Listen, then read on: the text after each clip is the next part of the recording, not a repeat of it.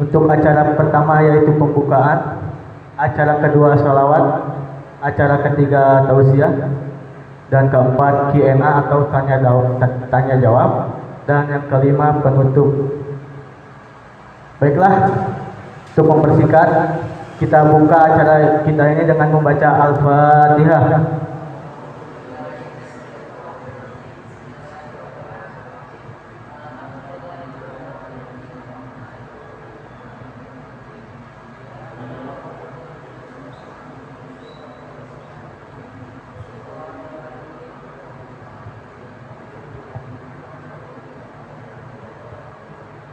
Untuk acara yang kedua, pembacaan salawat yang akan dibacakan oleh Ustaz Burhan.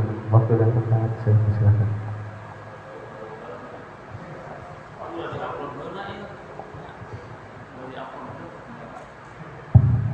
Baik, Assalamualaikum warahmatullahi wabarakatuh.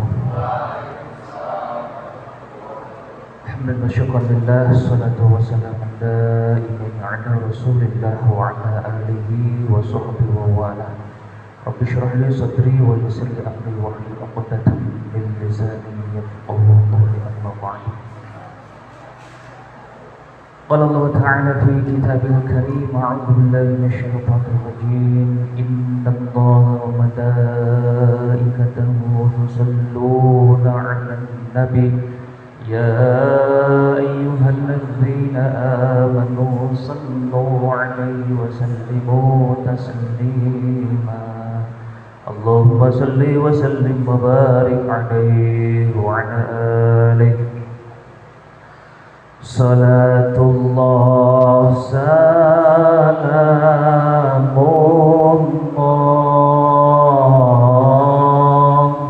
ala taha rasulillah.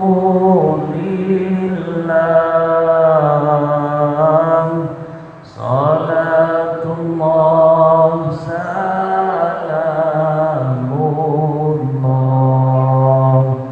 ala yasin habibillah.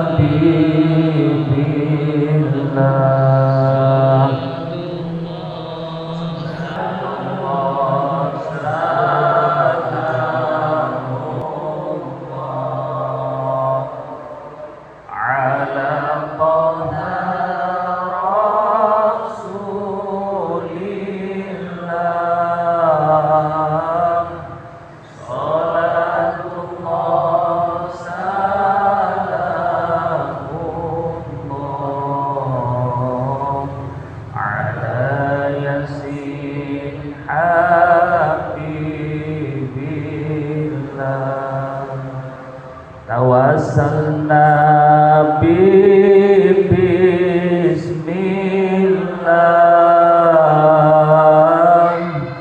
wa bil hadi rasulillah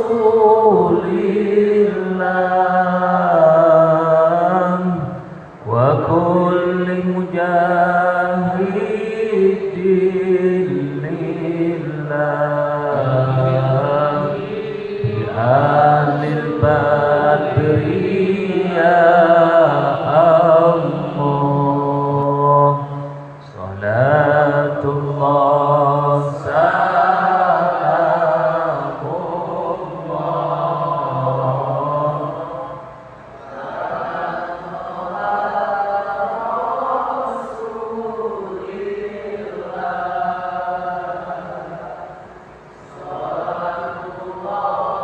salamullah ala yasin habibillah. Ilahi salimil ummah minal afati wan niqmah wa min hammi wa min ghummah bi alil badri ya Allah. Salatullah salam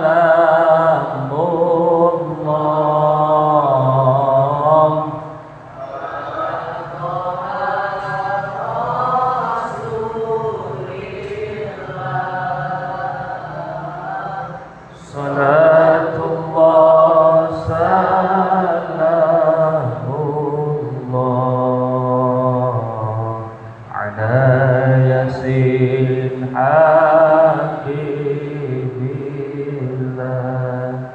ilahi najina wa kashif jami'a diyati wasrif makaidal ida waltuf bi ahlil badri ya Allah salatullah salamullah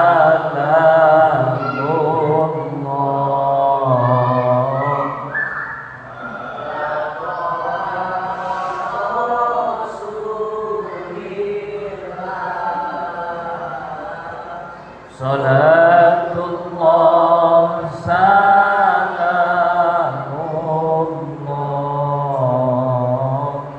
ala yasin habibillah Allahumma salli wa sallim wa barik alaihi wa ala alihi. Assalamualaikum warahmatullahi wabarakatuh. Alhamdulillah kita telah melaksanakan salawat kepada Nabi. Untuk acara yang ketiga, tausiah yang akan dibawakan oleh Ustaz Burhan. Waktu dan tempat kami persilakan.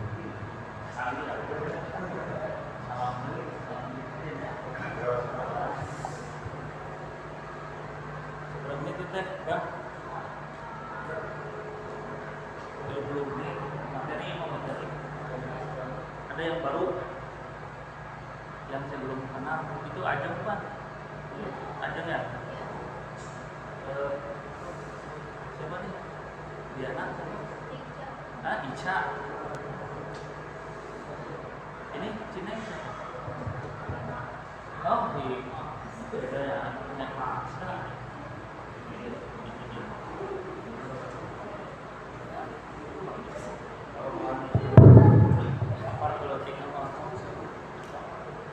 Baik, assalamualaikum warahmatullahi wabarakatuh. Qala al-mu'allif rahimahullah nafa'ana Allah bi'ulumihi fid dharain. Amin.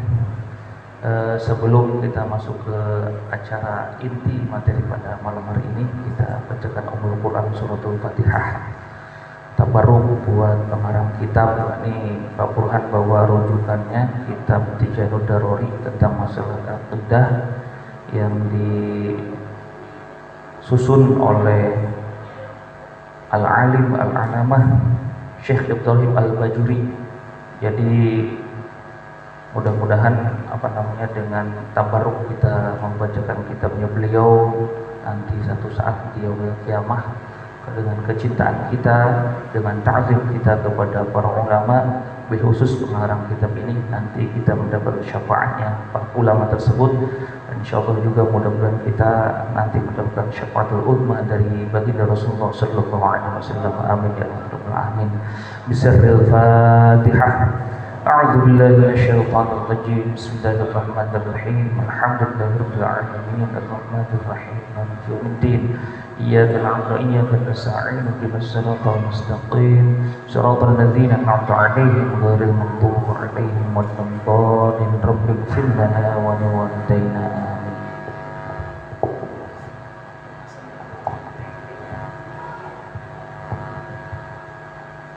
Ini kitab teh ada mukadimahnya, nanti dibacain aja sama Pak mukadimahnya, khutbah kitabnya dibacain, nanti pas materi intinya baru benar-benar diperhatikan, ditelaah, kalau perlu dicatat.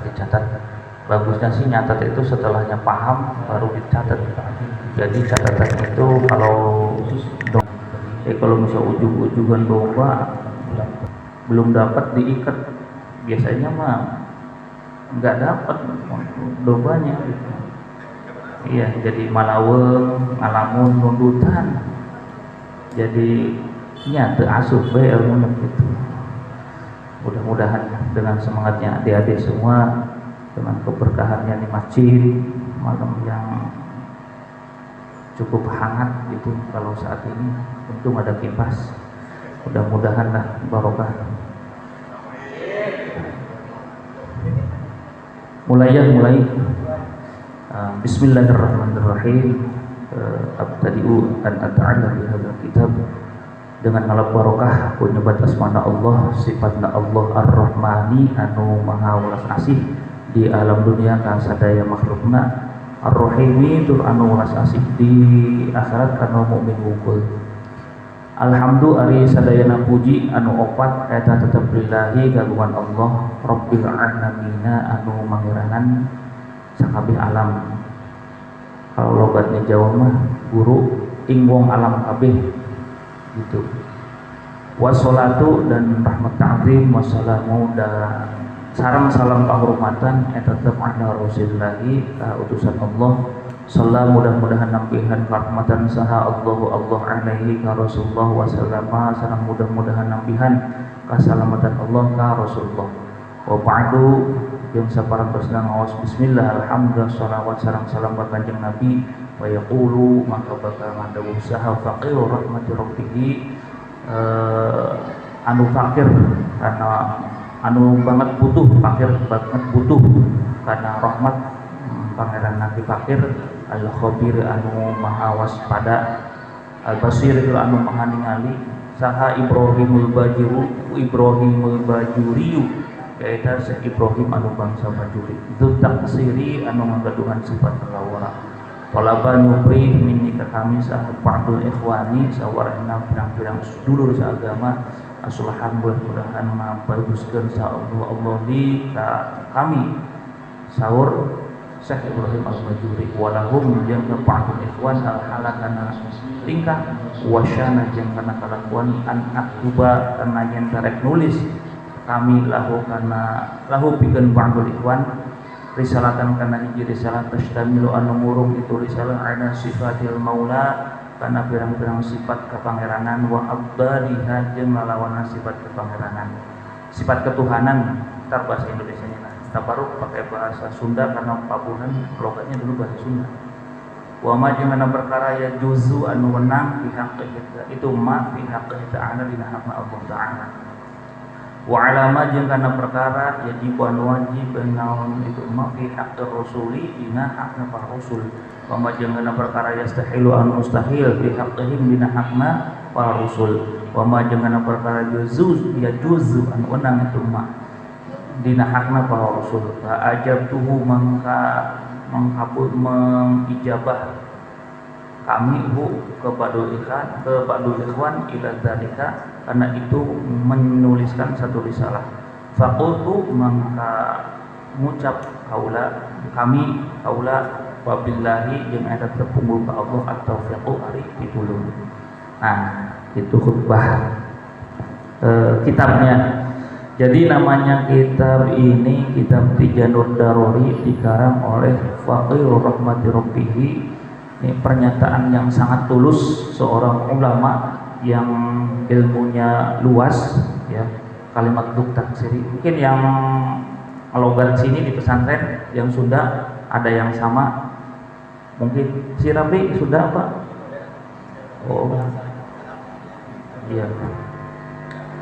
Bedanya.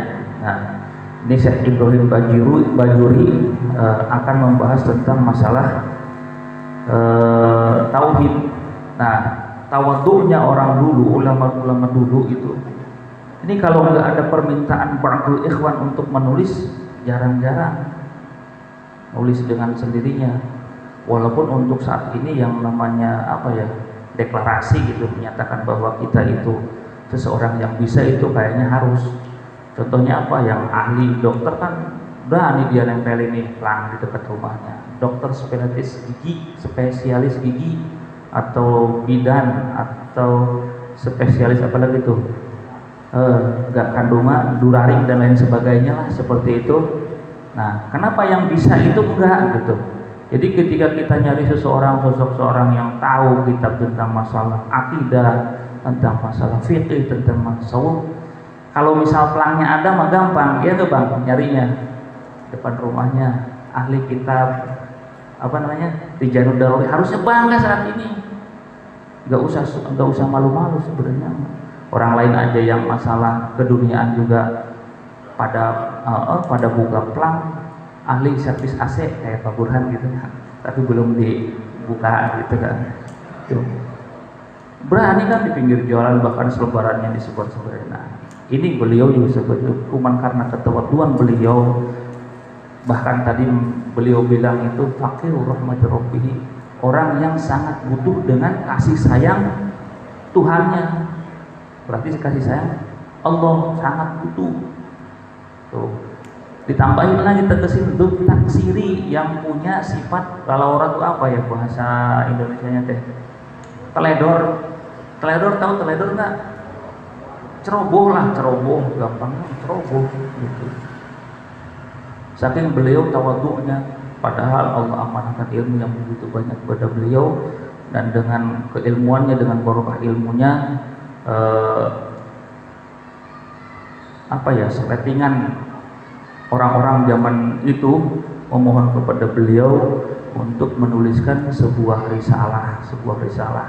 Risalahnya yang meliputi tentang sifat-sifat Allah, baik itu yang wajib, baik itu yang mustahil ataupun yang jaiz. Nah, ini harus diketahui, nanti ada kewajibannya. Nah, tidak hanya terbatas di situ.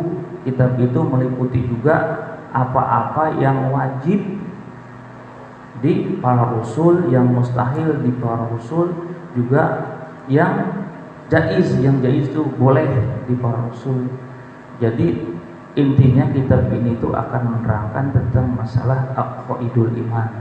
Aqwaidul iman itu ada 50. Ini dari ulama-ulama ahlus sunnah wal jamaah, dan itu adalah akidah yang najiyah, insyaallah, yang sesuai dengan apa yang diajarkan oleh baginda Rasulullah SAW. Karena akidah saat ini udah bermacam-macam, dari dulu afiliasinya sekarang dengan berbagai macam organisasi banyak. Di sini ada Syiah, ada Jahmiyah, ada Mu'tazilah, banyak buat baca nanti satu saat dibaca. Nah, cuman yang sesuai dan kodifikasi keilmuannya itu runut dan mutasil sampai dengan Rasulullah, yaitu Ahlus Sunnah wal Jamaah. Ini salah satu kitab rujukannya di pesantren-pesantren, kitab Tijarud Daruri, ada kitab Sanusi, ada kitab Nurul Dolam, ada kitab Kifayatul Awam. Zikir aja ya, Kifayatul Awam aja ya. Belum nyampe, baru Tijar. Nah, itu di pesantren Al-Muhajirin misalnya. Seperti itu. Nah, sekarang masuk nih ke pokok pembicaraan daripada kitab ini. Tapi sebelumnya beliau wabillahi taufik. Jadi meminta pertolongan untuk melaksanakan penulisan segala macam dan menjabarkan daripada ilmu tauhid tersebut, pertolongannya minta kepada Allah. Nah, ini ketika kita baca suratul Fatihah, inti daripada suratul Fatihah itu ya iyyaka na'budu wa iyyaka nasta'in. Ini di situ luar biasanya. Bahkan kalau alih hikmah ada tuh cara gitu istilahnya menggali barokah kemanfaatan daripada kalimat iyyaka na'budu wa iyyaka nasta'in. Gak usah dibahas dulu ya Bang, lama. Yang ngajinya kudu lamaan dikit. Kalau ngajinya sebentar aja, apalagi cuma baca kalender sama lihat di Google, repot. Iya, nantinya gampang ngamuk. Ya, bentar-bentaran nyalain orang. Aduh. Baik, nah kita lanjut ya. Di sini langsung ke materi intinya dari kitab ini. Yajibu, dikatakan di kitab ini, yajibu wajib ala kulli mukallafin, atas setiap orang mukallaf. Tahu nggak mukallaf? Tahu ya? Masa nggak tahu mukallaf? Yang mukallaf Bung, tahu Bung? Mukallaf Bung? Orang mukallaf. Mukallaf. Mukallaf tahu nggak? Iya, tahu Allah.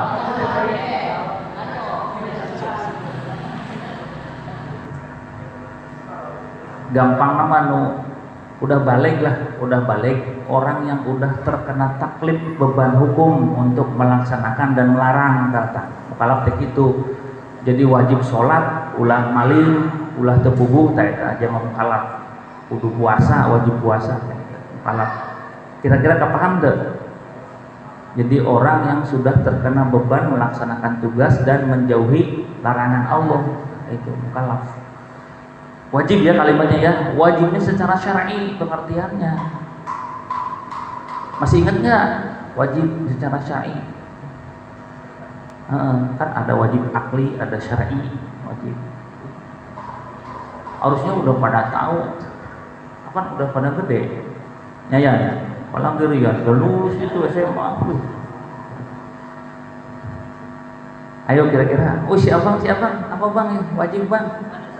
Kan aya wajib hukum tehnya, aya sunnah, aya makruh, aya haram, aya jaiz atau mubah. Nah, wajib teh naon? Gitu. Pengertianana wajib teh. Nah, itu hukumnya, hukum sama sumber hukum beda loh. Kalau misal kita mau ngomong hukum itu yang tadi diperinci. Tapi kalau sumber hukum yaitu Al-Qur'an, sunnah, ijma, qiyas, sumbernya. Kayak sumur mah, air nih, sumber air. Ada sumur, ada apa lagi? Apa tuh? Sungai, laut. Itu sumber air. Nah, ketika air mau dijadiin apa, ya baru diambil dulu airnya. Diolah, dimasak, dikasih kopi. Jadi air kopi. Seperti itu. Nah, hukum dari sumber hukum Al-Quran dan Sunnah diambil, diistinbat oleh ulama-ulama yang istilahnya berkompeten di situ, dijadikan ini wajib, ini sunnah, ini haram, ini jaiz. Sama ulama-ulama yang emang berkompeten. Jangan sembarangan loh, wajib, halal, haram, orang sembarangan ngomong begitu, jangan, gak usah diikutin. Nah, ikutin ini aja nih yang udah jadi, gampang ya nggak? Kita makan kapasitasnya. Aduh, wajib aja kagak ingat, apa namanya, lupa lagi gitu. Gak enak ngomong kagak ingat. Nah. Emang pernah ingat kalau gitu, ntarnya kalau misalnya nggak ingat, emang kalau lupa pernah ingat gitu kan, pertanyaannya begitu kan. Kalau misal orang lupa itu kan tadinya pernah ingat, lain nama ingat juga enggak, bilang gimana, berarti itu nyaho yang dinamakan gitu ya. Apa enggak wajib apa tuh pengertiannya?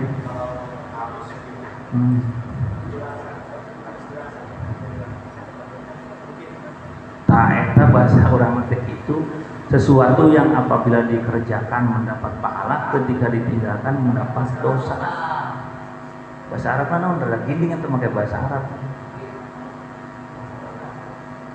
Ma yusabu bi fi'lihi wa yu'aqabu bi tarkihi, gitu. Apa yang diberikan pahala dibalas pahala dengan mengerjakannya, yang disiksa ketika mendapatkan dosa ketika meninggalkannya. Itu wajib. Jadi ketika orang itu tidak mau tahu dengan ini kewajiban, orang yang mukallaf, maka hukumnya dosa. Nah, itu baru mukallaf doang ya. Mukallaf sama wajib itu ada dua ilmu. Apa yang diwajibkan? Ya, ada keterangannya. Apa yang diwajibkan? Ayya'rifa, tuh, supaya tahu, supaya mengetahui, supaya ma'rifat, supaya tahu, intinya tahu. Apa yang harus diketahui? Perkara, hal-hal yajibu yang wajib. Perkara tersebut bihaqqihi ta'ala, bihaqnya Allah Ta'ala. Jadi perkara itu wajib adanya di Allah. Ngerti enggak? Nah, beda lagi wajib yang pertama syar'i, yang kesini wajibnya akli. Apa ya? Oh, udah gede apa, masih anyat saya, alhamdulillah ini. Enggak bloon-bloon amat gitu. Ya, nyarena. Yajibu, wajib. Nah, wajib yang kedua yang nerangin haknya Allah mah wajibnya wajib akli. Cek akal, aya nu apal wajib cek akli naon pengertianana?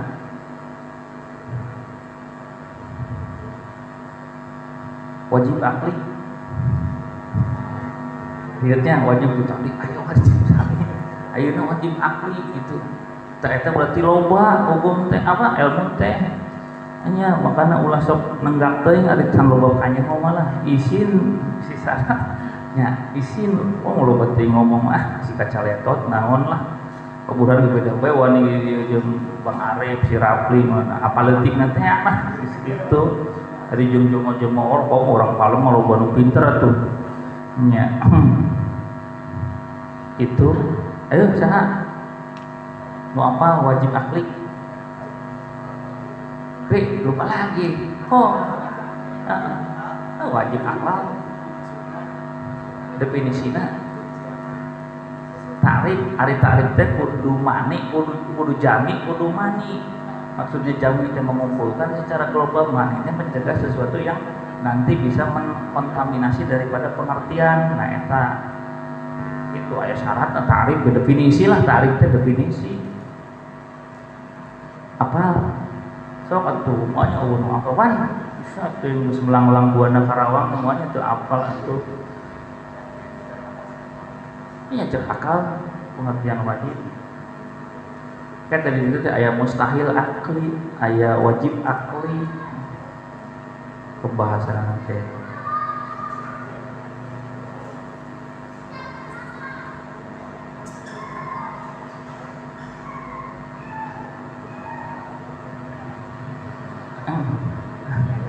ayo bari rada mikir saya ngesang gitu supaya rada ngesang Cak apal Cak aji neng dia ke mana Seli mana Seli libur oh ayo tuh wajib cek akal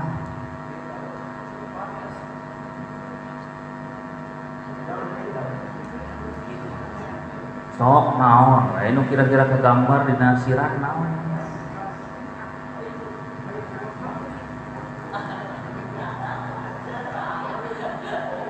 ye ayo atuh teu naon santai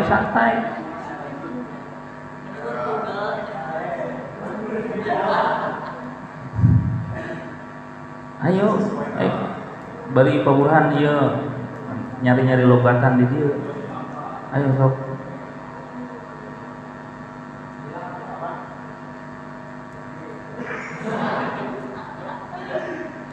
saya tinggal pakai Google nya Google mah nanyakeun nu ejreg nya teu ejreg bisa bae manehna mah iya tapi nanyakeunana nu rada ieu mah bingungan manehna ge iya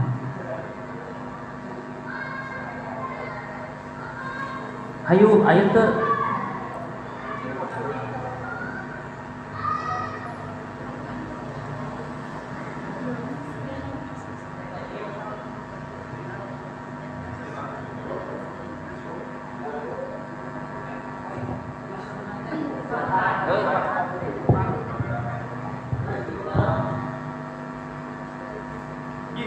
jam setengah salapan ya berarti 20 menit ke karek sakieu 20 menit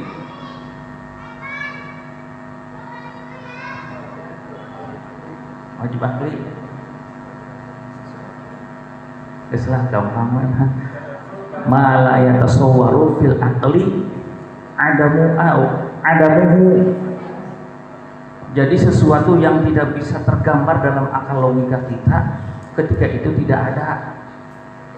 Nah wajib akli apa Jepri ingat deh yang berenang ya eta apa ingat lagi nggak makanya dibuka-bukaan kita kalau liburan deh ya sesuatu yang tidak tergambar dan tidak adanya jadi eta wajib ya ayeuna teruskeun nah pihak Allah Ta'ala dina hakna Allah Ta'ala wa ma yastahilu jeung perkara anu mustahil nah, mustahil nanti cek akli deui tadi tinggal ngaganti wae nu tadi mah ada eueuh ada ya tidak ada Adam jeung Adam beda Adam mah ya Nabi Adam atau Bani Adam itu kalau Adam Adamu eueuh artinya tidak ada. Nah, itu. Karena baca Quran ulah sagawaya banyak Quran itu baik. Sing rada lila buku ge itu ngajina ge. Sing rada aya lila. wa ma yastahilu tinggal dibalikeun we nu tadi mamalaya taswaru fil aqli adamuhu.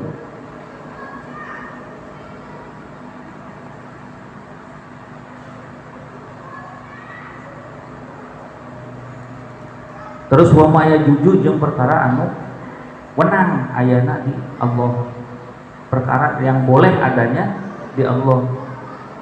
Nah udah itu aja dulu. Nah sekarang balik lagi sedikit tentang masalah inti daripada ilmu tauhid. Ilmu tauhid itu kan membicarakan tentang keesaan Allah. Banyak nama ilmunya tuh banyak, ya ilmu tauhid salah satunya, terus ilmu kalam, ada yang bilang ilmu kalam. Kenapa ilmu kalam? Nah, itu yang membuat banyak dibicarainnya dan kadang-kadang emang nggak kelar-kelar membahas itu. Karena emang salah satu jadi apa ya? Kalau misal usul akidahnya itu sama kayak kita meyakini rukun iman yang 6. Apa rukun iman yang 6? Masih apa kan Cak? Rukun iman yang 6 tuh usul akidah tuh. Usulul akidah mah ketika Rasulullah datang ya, yang malaikat di dalam satu riwayat itu di kitab Arba'in Nawawiyah kalau nggak salah ada itu, ada seseorang datang kepada Rasulullah yang sedang berkumpul dengan para sahabatnya, kemudian beliau duduk, orang itu menempelkan dengkulnya dengan dengkul Rasulullah, riwayatnya kayak gitu. Kemudian ditanya mal iman, mal Islam, mal ihsan gitu. Nah di riwayat tersebut diterangin tentang rukun iman, rukun Islam, rukun ihsan. Nah itu jadi garapan daripada ilmu tauhid. Tapi apa namanya, kalau bukan rukun iman mah ya emang usul aja, jadi pokoknya. Nah udah ngaji ke dalam-dalamannya mah puluh, makanya banyak tadi diperbincangkan banyak istilahnya, ada perbedaan pemahaman gitu, ada nggak bisa dinafikan, emang ada sebuah keniscayaan ada itu.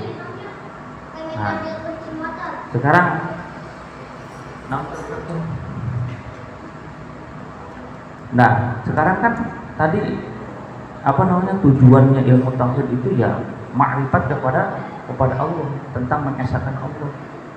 Apa sih ma'rifat itu apa? Situ. Di kitab dijelasin di tengahnya itu. Ma'rifat itu huwa idrakun jazimun bihaitsu laisa ma'ahu taraddudun muwafiqun lima fil wahyi nasyi'un 'an dalilin. Jadi ma'rifat kepada Allah itu yaitu sesuatu pengetahuan yang jazim, yang mesti, yang sekiranya tidak ada pertentangan, yang cocok dengan istilahnya disampaikannya pengetahuan tadi, nasyi'un an dalili, yang tumbuh, yang muncul dari dalil. Jadi emang ilmu ini ya gak sembarangan dibikin, itu gak sembarangan, tetap ada dalilnya. Cuman kalau misal dalam ilmu tauhid mesti dua yang dimunculkan dalilnya itu, baik itu dalil nakli ataupun dalil akli. Kadang-kadang kan ketika kita ngomong dalil nakli, iya kita mah udah beriman nih, enak, orang tua kita iman. Lah kalau misalnya ngobrol sama yang belum iman, maka langsung dalil, kan teu ngarti mana naon Quran, naon hadis, kan teu ngarti. Otomatis kan pembicaraan tentang masalah logika ketuhanan. Makanya kenapa dari Corbuzier kenal Gus Miftah lama baru bisa masuk Islam, ngobrol heula hati itu akal konsep ketuhanan kan gitu. Tapi yang namanya istilah konteks Tuhanan dalam Islam mah absolut, mutlak, bisa diterima oleh siapa saja, asal jujur ya, asal jujur dan tidak terkontaminasi dengan kepentingan. Asal jujur, siapapun bisa menerima konsep ketuhanan Islam, Quran, bisa diterima dengan mudah ya, mutlak.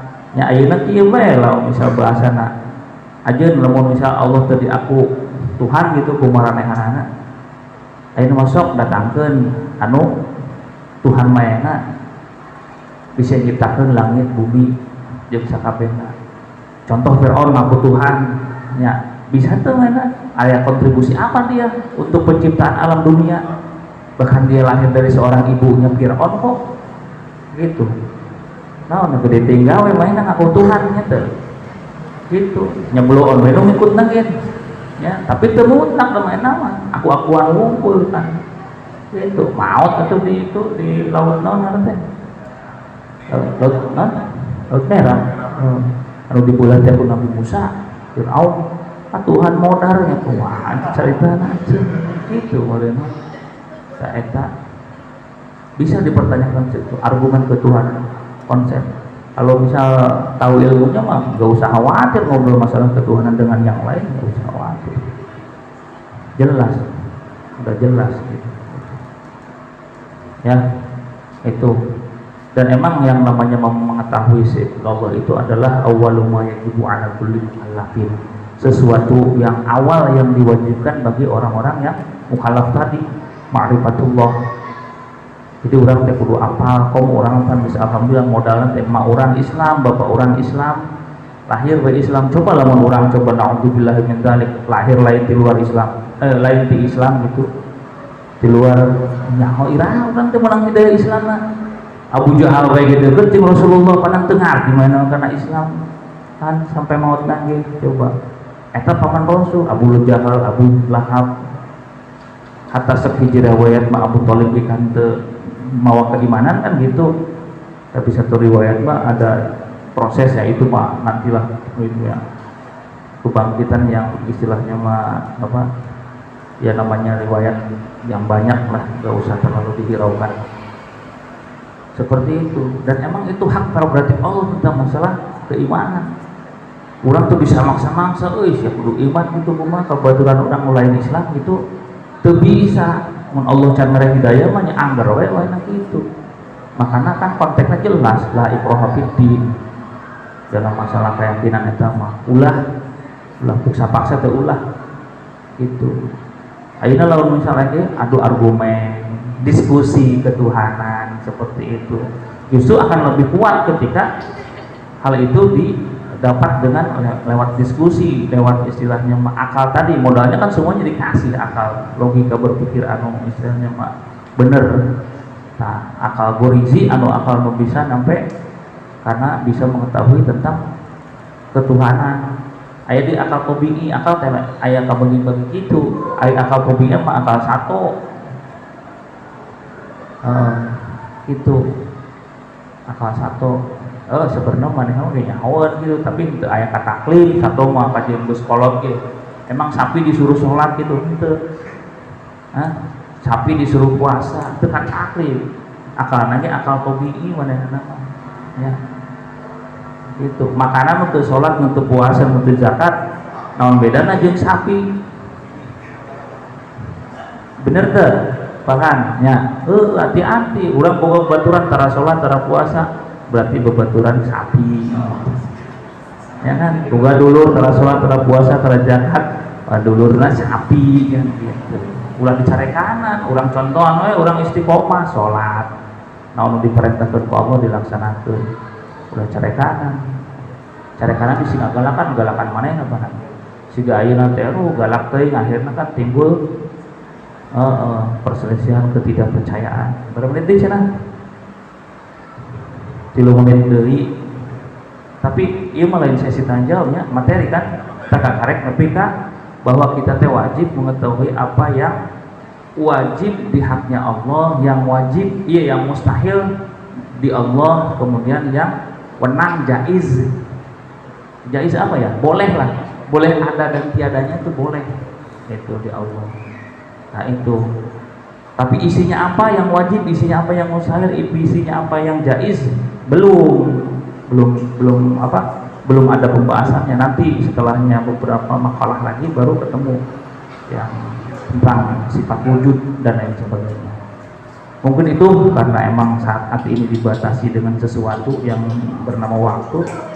Yang jelas mah pembawa acara yang kurator, penguasa. Setiap acara yang penguasa itu pembawa acara atau moderator, penguasa. Makanya sehebat profesor apapun ketika diatur sama moderator ya manut-manut baik gitu.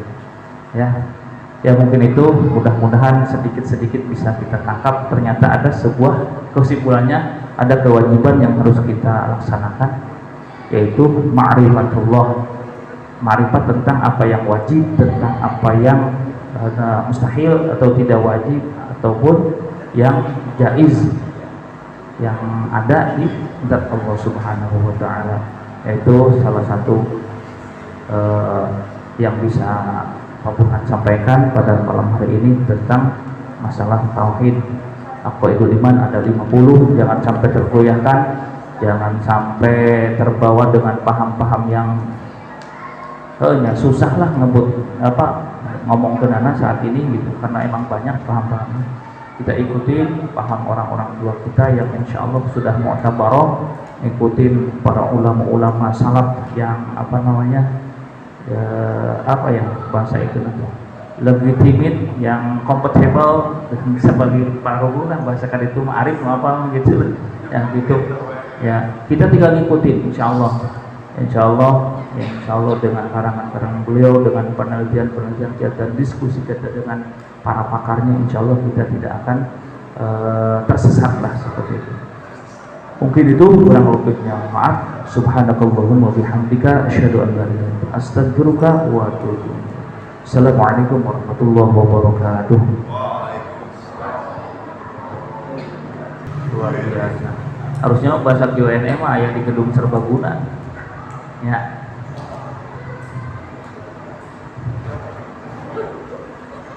Jadi tekniknya si Rapi yang bacain gitu. Ya udah, kok mic-nya dikasihin ke Pak Burhan.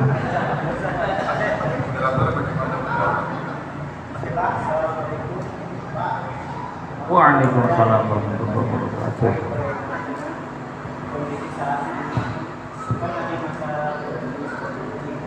Kita juga bisa menilai kalau sebagian orang lebih takut kepada corona dibandingkan Allah.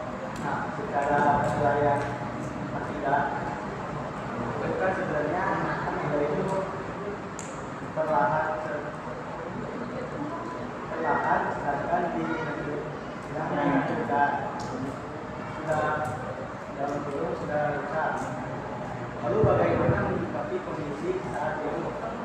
Jangan sampai kita lebih takut kepada corona dibanding dengan yang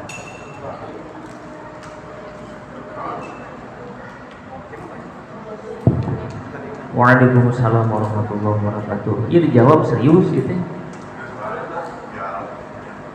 Iya kayak tulisnya juga serius sih, luar biasa. Berarti harus dijawab dengan serius ya namanya. Jadi intinya itu bagaimana menyikapi kondisi saat ini. Jangan sampai kita lebih takut kepada corona dibandingkan dengan Allah. Itu jawabannya. Ya, kan konteksnya itu kita saat ini sebenarnya sih jangan dijustifikasi orang takut corona. Jangan. Sebenarnya yang jelas kalau Pak Burhan rasain itu takut sebuah kebijakan, aturan. Itu kan kudu kitu sebenarnya mah efek setelah aya ieu dan dikhawatirkan mah sebenarnya kok sama orang-orang kita mah bukan coronanya, buktinya di pasar dari kemarin biasa baik. Ya kan? Seperti itu. Jadi mungkin bisa dipilah-pilah. Kita juga jangan sampai menjudgment ketika ada orang itu tidak keluar segala macam itu takut dengan corona, bukan takut dengan Allah. Cuman emang harus ada dipisahkan ketika mereka itu berusaha semaksimal mungkin untuk ya tadi, karena emang antara ada dan tiada seperti itu corona itu ya, antara ada dan tiada. Kenapa dikatakan ada dan tiada? Dikatakan tiada, para peneliti katanya seluruh dunia secara global menyatakan itu ada dan efeknya juga ada gitu kan. Karena mereka para rakyat batur, kadang-kadang kalau lihat video tetek itu, orang kan ningalina ke tina medsos, aya nu nonton nu maut di jaralan ku corona nya, aya nu nonton diisolasi embung buat bertot gitu kan ku petugas kan gitu. Serem lah gitu, aya nu maut sampai kabur kakuburkeun di beberapa negara kan gitu. Hebohna corona ya. jelas mah kemari di Masjid Palem we pan sampai parasea gara-gara sok kudu renggang teu gitu kan nya jar aya tuh Haikal mana tuh aya gitu gara-gara corona itu gitu. Jangan sampai dibawa ke ranah politik juga, jangan. Kan tadi ada dan tiada. Buktinya apa? Efek mate ya disebut ayat teh. Apa nan sekolah perek, masantren perek gara-gara ada corona teh. Nya. Iya. Pabrik ya tarutup gara-gara apa? Corona. Ya. Nah, kita mah kudu bijak menyikapi ini teh. Tadi kalau misal katakanlah orang teh takutnya kepada corona dibandingkan kepada Allah, jangan sampai langsung jas seperti itu ya. Iya, ntar kalau kenapa nggak ke pasar, nggak ke pabrik, takut sama corona gitu kan. Tapi ternyata belum ada yang menyatakan seperti itu sampai sekarang. Saya marek di rumah, benar-benar di rumah kusieun-sieuna karena corona saya belum ada yang menyatakan begitu. Kira-kira ada nggak teman-temannya nih yang udah pernah menyatakan seperti itu? Wih masih pisan ka corona teh sieun moal Jumatan sieun aya corona itu. Ada nggak? Dia ngerti tuh campuran bahasa Sunda, ngerti tuh? Ngerti? Neng ngertos tuh? Upami campuran pakai bahasa Sunda, terima bisa bahasa Sunda. Orang Kuningan Padang Sunda, Karawang Pak Rasda Sunda. Ya. Itu harus dipilah-pilah ya. Yang pertama emang kita tidak usah takut dengan corona, karena corona itu kalaupun misal emang dia makhluk Allah dengan adanya. Tadi kan Pak Burhan ngomong antara ada dan tiada, nggak adanya disebutnya nggak kelihatan, nggak kayak macan, nggak kayak apa gitu kan, nggak kelihatan. Harus disikapi dengan bijak. Yang pertama emang kita tidak perlu takut dengan yang namanya corona. Mutlak takut kita itu kepada Allah, itu kepada Allah. Kita tidak melaksanakan apa yang diperintahkan Allah, tidak menjauhi apa yang Allah larang. Nah itu harus takut, harus ngeri itu. Gitu. Tapi keberagaman kita, keberamalan kita dengan amal soleh bukan juga dilandasi karena takut. Jangan. Pokoknya beragama itu dengan ilmu yang harus kita miliki segala macam, diusahakan untuk senang gitu. Senang beragama itu. Nah, ya tadi jangan sampai kita nyikapinya, jangan sampai takut dengan corona. Dan pun ketika itu corona ada, ya kan mungkin sama kayak kita punya tugas yang makhluk-makhluk lain sebagai penyeimbangan kehidupan ekosistem segala macam, walaupun kelihatan tidak bermanfaat. Nah, naon manfaatna tuh kecoa ku Allah diciptakeun coba. Aya teu manfaatna. Secara seliwat, secara logika aya teu. Secara selewat budak bagi padan ting jerewet ningali kecoa teh bobrok itu emak-emak kayak gitu sarua aya kecoa lewat teh loncat. Aya lalaki di nuburangan mah diberi kecoa loncat. Nah, naon coba? Ya, tapi tetap ada manfaatnya ada. Kok Allah diciptakan sarua jeung corona ge. Corona ge ada manfaatnya. Buktina naon? Marake masker. Tukang masker laku, kecoa, tukang baygon jadi laku.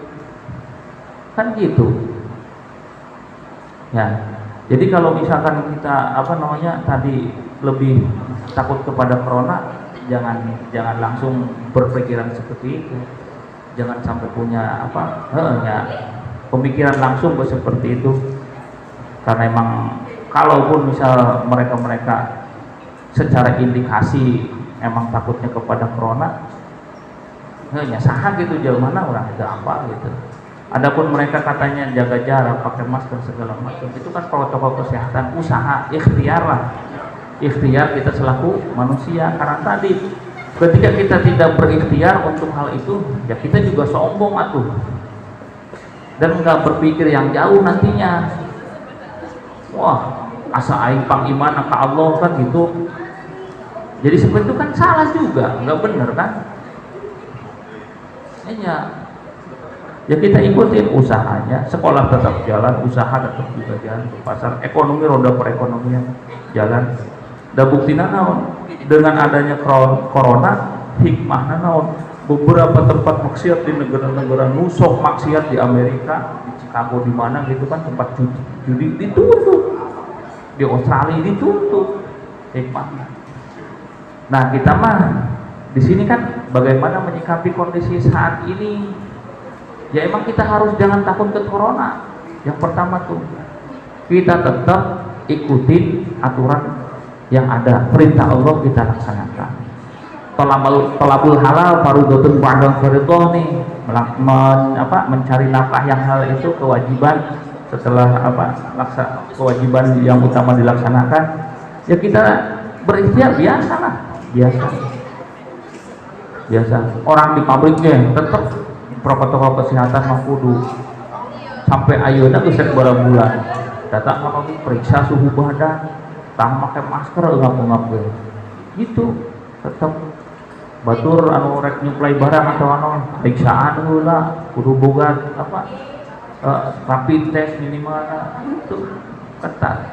Nah hanya istilah tetap kita takut kepada Allah mutlak tidak bisa diganggukan dengan corona, dan nggak ada yang meyakini corona itu istilahnya emang yang membunuh segala macam. Orang kita yang beriman mah enggak. Tetap ketika kita mati pun ya emang ajal kita udah sampai.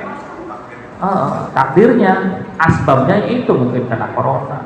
Nu mau teguh corona ge loba buktina, nu geuring kolera, nu geuring kunaon teh katabrak ku motor, cangger kecelakaan gitu. Bapana. Ya, seperti itu. Jadi intinya jangan sampai kita pertama tadi menjustifikasi bahwa orang-orang saat ini emang udah takut hanya kepada corona bukan kepada Allah. Jangan. Tetap kita laksanakan kepatuhan kita kepada Allah, sholat, jalan berjamaah yang tolabul ilmi, jalan terus gitu kan. Nah filosofinya yang harus ditekankan sama kita. Kenapa kita harus pakai masker? Yang ditutupkan mulut sama hidung. Nih filosofinya sekarang apa? Efek corona gitu kan ada keharusan buat pakai masker segala macam. Nih orang pakai masker itu yang tutupin mulutnya. Ya, filosofinya kita itu harus jaga mulut, jangan asbun. Ngerti enggak? Ya, kenapa? Kan ada yang salah satu keterangan dia ihfad lisanaka an taqula wa tabtali fa innal bala'a muwakkalun bil mantiq. Jaga lisan. Karena apa? Sumber bahaya itu biasanya di lisan. Di situ.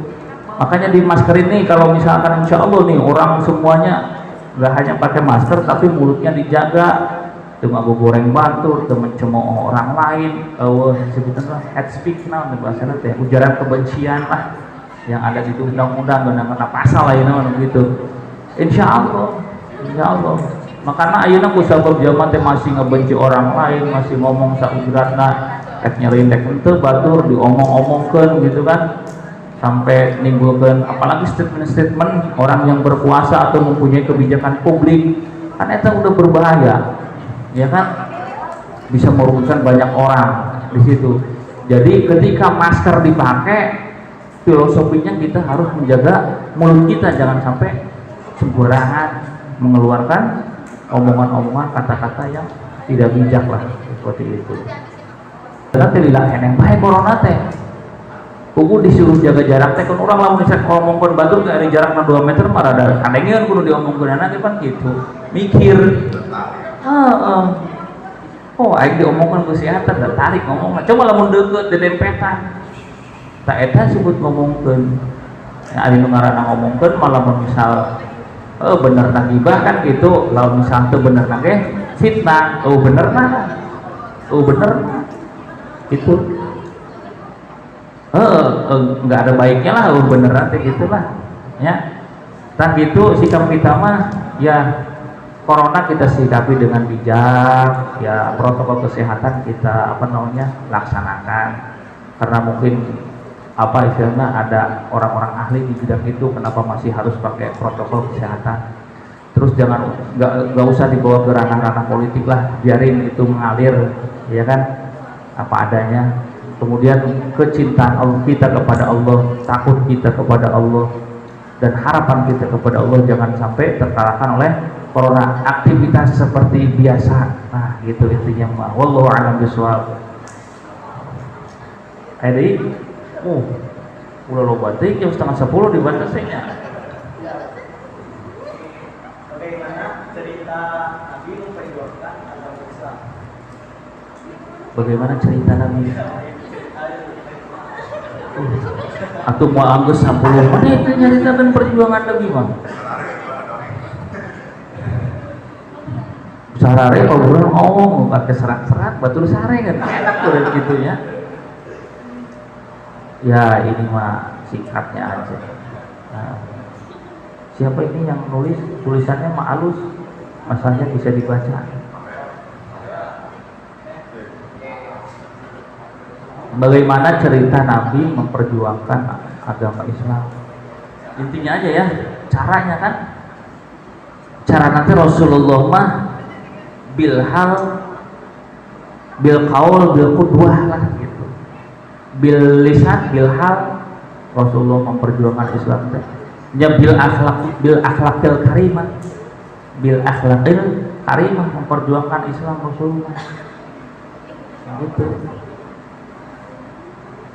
Dalam diceritakan malila-lila teh, cuma di sini kan cerita Nabi memperjuangkan agama Islam. Cerita ada naga cerita. Coba cerita si kancil. Lila dibahas teh aya wae caritana teh geuningan. Aya ngabobodo buaya geuningan, aya nu ngabobodo gajah harimau si kancil mah cerita. Gitu. Jadi Rasulullah selaku apa namanya?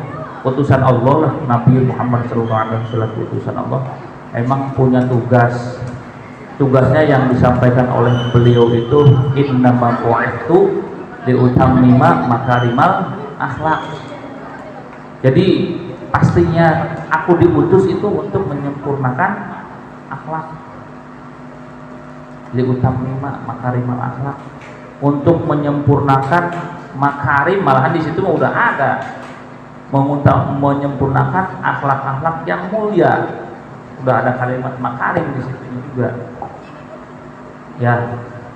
Jadi ketika Rasulullah SAW diutus di usia 40 tahun ya.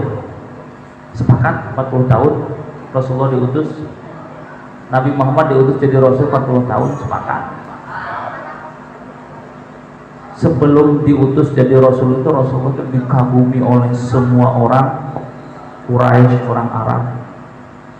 Gak ada ceritanya Rasulullah dimusuhi sebelum jadi Rasul.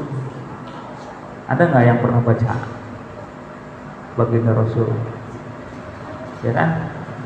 Gelarnya jujur, mereka juga Al-Amin. Makanya ketika mereka udah memberi gelar Al-Amin, mau dijelek-jelekin gimana juga nggak bisa dijelek-jelekin. Sekarang namanya Nabi Muhammad adalah Muhammad, artinya apa? Terpuji. Coba diganti atau disandingkan dengan nama yang lain, tetap kalah nama-nama yang lainnya. Makanya Muhammad Al-Kadzab, orang terpuji tapi bohong, gimana ceritanya? Orang bohong mah tidak terpuji ya tuh. Tuh uniknya baginda Rasul seperti itu. Ya, kadang-kadang mikir ya erek mau masukkan konteks sebuah cerita kan bisa dipahami kayak gitu. Ya, tapi kan secara fakta begitu. Rasulullah sebelum diutus jadi Rasul nggak ada yang ini, apalagi beliau pamannya masih ada, masih kuat. Siapa namanya paman Rasul yang memperjuangkan Rasul? Siapa? Abu Thalib. Aduh, aing mah kurang serat tuh ya. Siapa kita pemuda Palma tuh semangat lah. Iya boga yal-yalan tuh pemuda Palma teh ya. Can boga yal-yalan. Ini yang kayak iyalah dibikin lah, tapi ulah panjang-panjang teh. 3-4 kalimat beres. Nah, ketika Rasulullah SAW sudah mendapatkan amanah kerasulan dan kenabian, kalau misal tanda-tanda Rasul sebagai seorang nabi itu kan dari kecil juga udah ada. Kehidupan Rasulullah yang banyak diceritakan dalam sejarah-sejarah.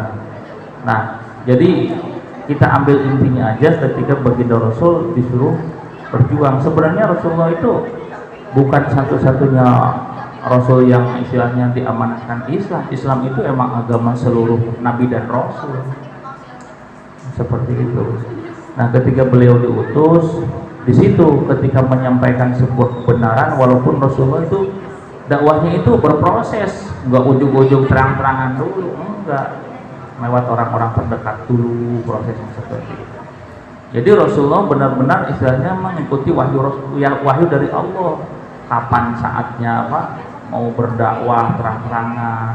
Awalnya kan sembunyi-sembunyi. Coba baca sejarah Islam yang dipelajarin di sekolah-sekolah. Sembunyi-sembunyi dulu kan dakwahnya Rasulullah. Nggak langsung terang-terangan. Ketika dakwah terang-terangan tuh mulai tuh cacian, makian, naon ieu agama naon ieu anyar-anyar kos kieu, membenci agama nenek moyang orang kan gitu. Padahal kan bukan membenci, meluruskan. Nah, kan liar jelema tuh. Coba zaman dulu orang menyembah berhala, ya nggak, patung yang kuat dari emas bikinnya, yang kaya maksudnya yang kuat yang kaya gitu bikin dari emas, dari perak. Yang enggak dari batu, dari kayu. Yang miskin dari bukan tanah liat, penting dari adonan roti. Dari adonan roti dulu Tuhan dibikin sama orang sono, orang jahiliyah, namanya juga jahiliyah, panan jahil, blow on gitu, PA. Kalau bahasa Ustaz lain, bahasa Ustaz das Atlantik naon? Hah? Beleng-beleng, beleng-beleng Ustaz das Atlantik biasa suka semangat lah nama. Cuman emang ya orang itu bacanya gitu. Tapi bagusnya mana berani ngomong di instansi non BG, wanilah ngomong gaspol, ya. Iya. Nah itu kan baginda Rasul seperti itu. Orang jahiliyah zaman dulu itu ya iya dibilang PA, ya beleng-beleng, blow on ya emang iya. Tuhannya dibikin dari roti. Ketika dia udah nyembah, lapar, dimakan. Cerita yang nyampe itu seperti itu. Orang dulu itu kan bener-bener aneh ya. Tuhan dibikin sendiri, terus lapar dimakan gitu. Hebat-hebatnya orang jahiliyah, Tuhan ini dimakan. Gitu. Iya benar seperti itu. Nah di situ kan coba hikmahnya apa? Ketika kita mendobrak sebuah adat, sebuah kebiasaan, baru di situ akan timbul sebuah perjuangan, ya kan? Dan itu tidak mudah. Cuman alhamdulillah Rasulullah SAW berdoa, istilahnya bahwa dalam perjuangan itu ya harus ada yang bisa membantu, menolongnya. Beliau berdoa, tolonglah istilahnya dengan dua Umar bin Hisham sama Umar bin Khattab yang Rasul doain bisa menjaga meneruskan Islam. Waktu itu Allah ya kabulkan sampai saat ini, yaitu Umar bin Khattab. Umar bin Khattab itu orang kuat, gulat geus orang itu eleh ya kabeh. Galak deh Umar bin Khattab. Tapi ketika masuk Islam ya beliau sangat lembut. Ada khusus bahkan difilmkan tentang Umar bin Khattab, ada khusus. Itu sejarahnya luar biasa, seorang khalifah yang secara hasanah keilmuannya bahkan istilahnya temuan-temuan baru untuk mendukung kejayaan Islam saat itu ya zaman Umar. Penyebaran Islam pun meluas ketika dipimpin oleh Khalifah Umar. Seperti itu. Perlu tegas seperti itu. Jadi perjuangan Rasul kalau diceritain ya emang panjang kita. Iya. Intinya sampai sekarang Rasulullah SAW itu tidak memperjuangkan Islam itu dengan kekerasan, tidak menyebarkan Islam itu dengan ujung pedang. Rasulullah itu dengan qudwah, dengan uswatun hasanah, dengan retorika yang yang indah lah. Contohnya Rasul mungkin sering dengarlah ketika beliau sering mondar mandir di diludahin orang yang benci segala macam. Ketika orangnya perek meludahin kan Rasul cari kenapa sih itu nggak melempar lagi, nggak meludahin lagi, ternyata sakit, ditengok sama Rasulullah. Nah dengan akhlak seperti itu yaitu Islam tersebar luas dan emang kuat mengakar seperti itu.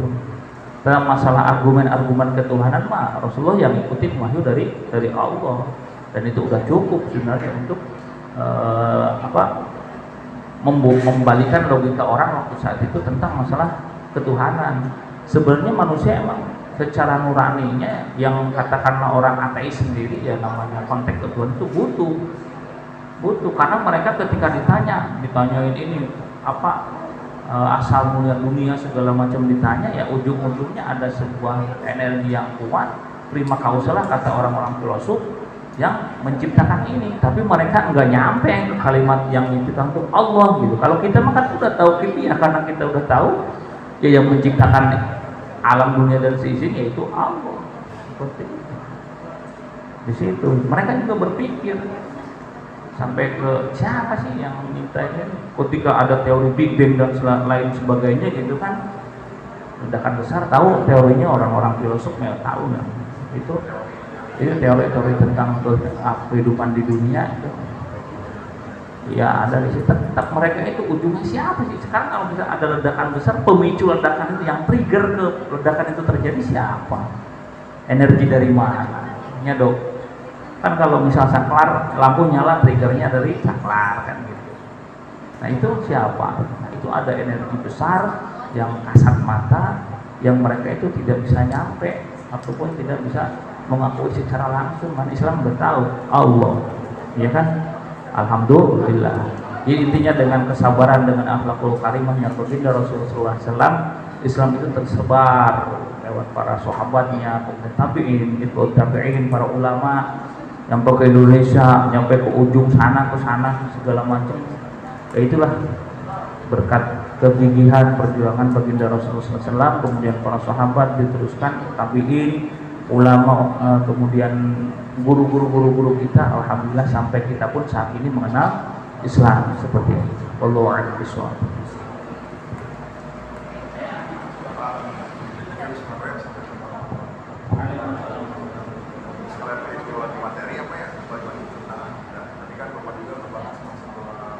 Sikapi kita dengan akidah perbedaan-perbedaan yang ada saat ini. Misalkan perbedaan dari sisi agama kita sendiri juga ada berbeda-beda ya, ada jenis-jenis salah. Bagaimana dengan ilmu akidah ini kita menyikapinya? Pertama itu, dan yang kedua tadi juga Bapak sempat menyampaikan ke teman-teman materi mengenai yang belum muslim gitu, yang ibaratnya masih belum ada hidayah gitu. Apakah kita sebagai umat muslim gitu, memiliki kewajiban untuk apa ya, menyampaikan hidayahnya mungkin dari Allah SWT dan mengajak teman ataupun orang yang masih belum Islam untuk bisa ikut di Islam. Kan tadi juga bukan sebagai apa namanya ya, pemaksaan gitu kan, bukan secara pemaksaan atau gimana, cara menyikapinya dengan akidah ini bagaimana. Jadi dari dua pertanyaan itu ingin dijelasin mungkin teman-teman juga ada paham lagi dan mereview lagi ke materi.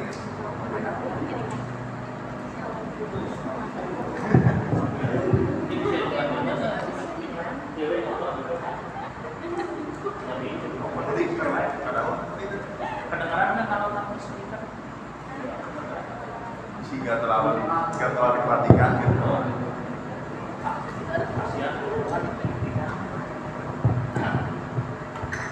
Baik, jadi tadi ada pertanyaan tentang masalah bagaimana sih, kan ada perbedaan-perbedaan akidah di antara umat Islam sendiri kan seperti itu. Bagaimana menyikapinya? Ya tadi juga dikatakan bahwa menyikapi segala sesuatu ya harus cerdas, harus bijak seperti itu. Nah, kita caranya itu ya dengan yang kita pegang akidah kita itu kita pertahankan. Cuman jangan ujug-ujug atau hanya mempertahankan tanpa menggali ilmunya ataupun tanpa belajar. Kenapa? Gampang dipatahkan. Tapi ketika kita belajar gitu kan untuk mempertahankan akidah kita, Sebenarnya kita nggak perlu menyerang orang lain. Diskusi ya wajar, tapi sebuah keyakinan tidak bisa dipaksakan kepada siapapun. Tidak bisa dipaksakan.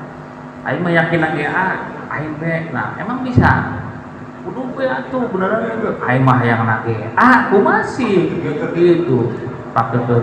Nah, di situ jalan tengahnya apa? Logika berpikir tentang sebuah keilmuan. Ketika itu akan ada istilahnya, ada pengakuan ketika yang kita sampaikan, kita lakukan itu dalam bentuk yang paling logis, sesuai dengan apa, nalar logika yang benar gitu kan. Insya Allah mereka juga akan ikut dengan kita, ataupun paling enggak yang gak ganggu lah, gak macem-macem, ke musik-musik kurang kan gitu.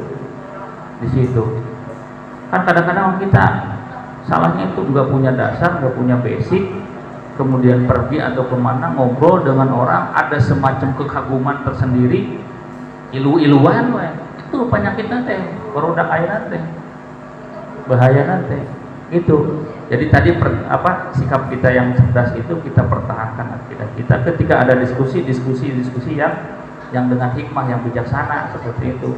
Jangan dengan jidal yang terus bertengkar akhirnya memperbesar masalah kemudian menimbulkan perpecahan. Jangan seperti itu. Kita lanjutkan, kita cari dalilnya. Gak usah nyari dalil orang lain dulu. Kita amalian kita itu udah tahu belum dalilnya seperti itu. Biarin orang lain juga punya keyakinan yang lain gitu. Kita punya keyakinan. Nah, didukung dengan argumen, dengan dalil-dalil yang emang ada yang menjadi landasan daripada amaliah kita. Berarti intinya perlu belajar. Quran terus terang aja dalam konteks perjalanan dalam mencari jati diri tentang masalah amaliah agama, sempat ikut-ikutan pengajian berbagai macam. Ada ikut pengajian partai yang maksud itu dikelola oleh partai lah, salah satu partai lah, jangan disebutin lah, bisa dengan ku iana anggotana gitu. Ada organisasi lain gitu ngikut, didengerin secara terus, bahkan dengan ya nggak apa-apa satu ini mah disebutin dengan orang Ahmadiyah juga ngajak diskusi gitu kan, ayo diskusi tentang masalah masalah kenabian gitu kan, masih makalah sebenarnya diikuti. Tapi secara logika, karena emang alhamdulillah punya basic, kok pemahaman agama seperti ini ketika dilanjutkan kok mudah dipatahkan gitu, argumennya nggak kuat.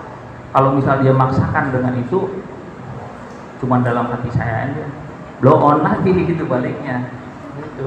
Kok berpegang dengan sesuatu yang mudah dipatahkan seperti itu, ngapain di situ? Jargon contohnya ketika harus kembali kepada Al-Quran Sunnah, itu juga harus diperhatikan, diteliti. Lah kita mah pertama nggak pernah kemana-mana, kok harus kembali? Itu satu, nggak pernah kemana-mana saya mah, gitu ya, nggak pernah kemana-mana. Terus kenapa ketika ada jargon seperti itu, tapi rujukannya harus ngikutin mereka, yang lain jangan diikutin? Kan aneh, ada sesuatu yang aneh. Logika nalar kita berbicara seperti itu. Aneh. Saya tanyain supaya itu kamu ikutin pemikiran seperti itu kenapa? Ya yang ngajarin saya. Nah oke lah, saya nggak usah kamu ngikutin pemikiran saya, tapi tolong, kenapa saya juga punya pemikiran yang berbeda, saya juga ikutin dari guru-guru kita. Syaratnya seperti ini, referensinya seperti ini, apa bedanya? Tapi kenapa di situ pada kadang musik-musik itu mereka tidak bisa dewasa seperti itu? Kenapa? Pertama mungkin dari itu merasa paling benar dan sebagainya. Itu kita mah jangan, harus bijak lah, harus bijak. Tadi Bang Arif itu tadi cari ilmunya, pertahankan akidah kita yang udah benar dengan argumen-argumen yang kuat seperti itu. Kemudian tadi yang kedua,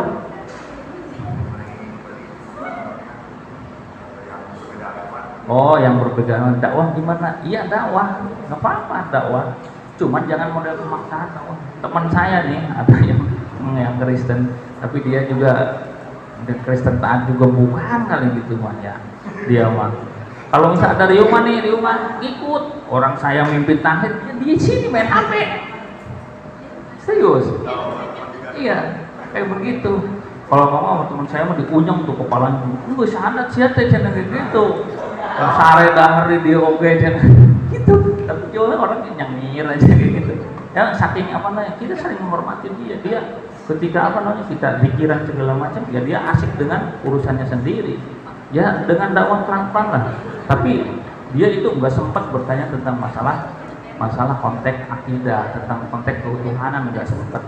Dan namanya juga kan urusannya awalnya dari pekerjaan seperti itu, jadi nggak sempet lah. Dan saya juga bilang tolong duduk sama saya ketika saya buka video dakwah segala macam yang ceramah tentang Islam, jangan tersinggung, emang itu konteksnya. Kayak istirahat nanti kan saya buka video gitu kan di HP yang ceramahnya siapa gitu, Ustaz Somad atau siapa kan, cuek dia juga sama cuek. Kadang-kadang saya apa kuota beak penguterkan ya mau dia itu ngasih gitu lah, saya puterin gitu mau gitu. Jadi silakan itu didakwakan karena sebuah kewajiban dan bentuk rasa sayang kita kepada mereka sebenarnya. Seperti kalau mereka sadar tuh seperti itu, kenapa kita dakwah kepada mereka? Kita nggak usah eksklusif, kita merasa yang paling benar. Kenapa mereka seperti itu? Allah belum membukakan hidayah, sedangkan hidayah adalah hak prerogatifnya Allah Subhanahu Wa Taala. Tidak bisa, Nabi nggak bisa. Atau kalau misal kita bisa ini atau Abu Jahal, Abu Lahab mungkin masuk Islam, ya kan? Salah satu orang yang nasab darahnya itu dekat dengan Nabi, tapi ternyata enggak, hak Allah. Gitu. Ingat, jangan memaksa, biasa aja. Gitu. Terus tolong kita bahasa kita orang Muslim itu jangan suka dicampur adukan dengan bahasa mereka lah. Gitu. Istilah-istilah mereka harus dipakai tentang masalah istilah-istilah di agama mereka disematkan di kita itu jangan menjaga meruah. Kita itu di sini alhamdulillah mayoritas. Coba kalau misal pas kita ada di konteks di kelompok yang minoritas Islamnya, kalau kita tidak bisa menjaga hubungan segala macam habis. Nah, jadi jangan egois kita mentang-mentang di sini banyak, enggak galak nih sama yang lain lah. Warga kita Gus Dur dulu, kenapa di sini apa yang waktu itu diangkat Cina segala macam, pesan ke orang Cina, siapa sekarang presidennya, Xi Jinping apa tuh? Ya, itu sebelumnya itu dibilangin, oh mudah-mudahan ada hikmah ya, mungkin pengetahuan yang bisa kita ambil bersama-sama. Kita tutup dengan doa, kita tundukkan kepala berharap kepada Allah Subhanahu Wa Taala bahwa majlis ini majlis yang penuh dengan barokah dan ridhonya Allah Subhanahu Wa Taala. A'udzubillahi minasyaitonir rajim. Bismillahirrahmanirrahim. Allahumma shalli wa sallim ala sayyidina Muhammad syafi'ina wa karimina wa maulana Muhammad sallallahu alaihi wa ta'ala an kulli sahhabi rasulullah ajma'in. Amin ya Allah ya rabbal alamin. Allahumma ij'al jam'ana hadha jam'an marhuma tafarraqna min ba'dihi tafarruqan ma'sum. Allahumma akrimna minka binuril fahmi wa akhrijna min dhulumatil wahmi waftah 'alaina bi ma'rifatil 'ilmi wa sahhil lana abwaaba fadlika ya arhamar rahimin. Subhanaka la ilma lana illa ma 'allamtana innaka antal 'alimul hakim wa tub 'alaina innaka antat tawwabur rahim. Rabbana ighfir lana dhunubana wa liwalidayna warhamhum kama rabbawna shighara wa li jami'il muslimina wal muslimati wal mu'minina wal mu'minati al ahya'i minhum wal amwat. Rabbana atina fid dunya hasanah wa fil akhirati hasanah wa qina adzabannar. Wa sallallahu ala sayyidina Muhammadin nabiyil ummi wa ala alihi wasallam. Subhana rabbika rabbil izzati amma yasifun wa salamun alal mursalin walhamdulillahi rabbil alamin. Al-Fatihah. A'udzu billahi minasyaitonir rajim. Bismillahirrahmanirrahim.